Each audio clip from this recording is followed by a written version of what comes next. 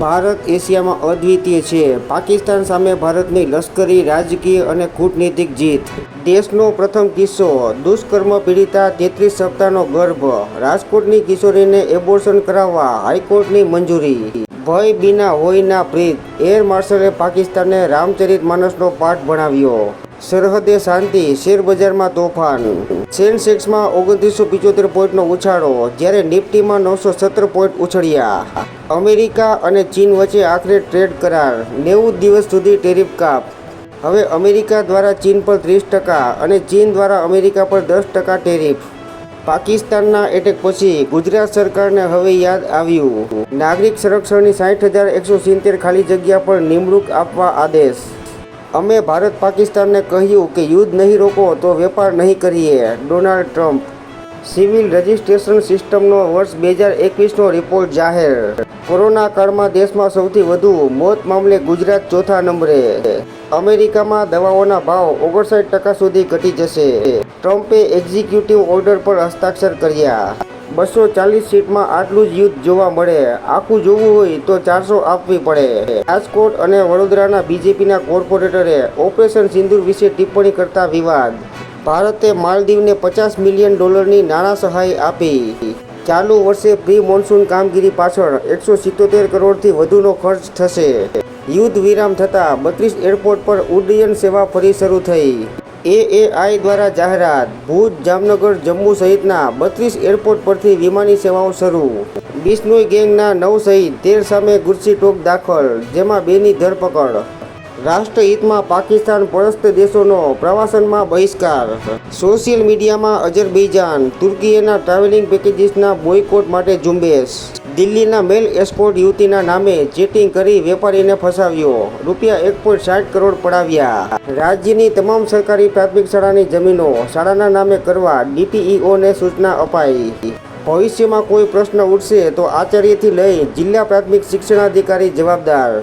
રાજ્યના 203 સિવિલ જજ, 200 senior civil જજની Gujarat હાઈકોર્ટે બદલી કરી. દાહોદનો ચકચારી મનરેગા કાંડ, બંને મંત્રી પુત્રોએ આગોતરા પાસા ખેંચ્યા. ચોમાસું વહેલું બેસવાની આગાહીને પગલે એફએમસીજી, ઓટો અને ખાતર શેરો 7% સુધી વધ્યા.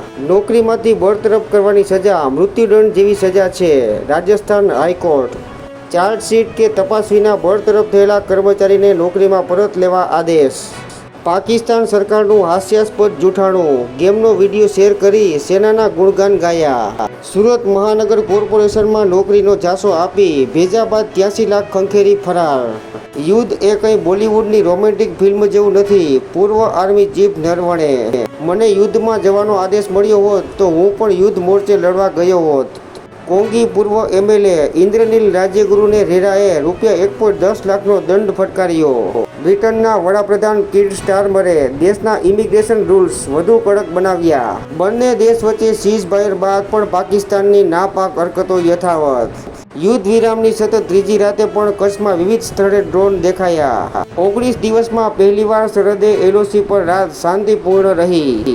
9મી જૂનથી શાળાઓ ખુલશે, તેના પહેલા ચૂંટણીઓ યોજાશે. 18 જૂનથી શાળા પ્રવેશોત્સવ. 15મી પહેલા પંચાયતોની ચૂંટણીની શક્યતા.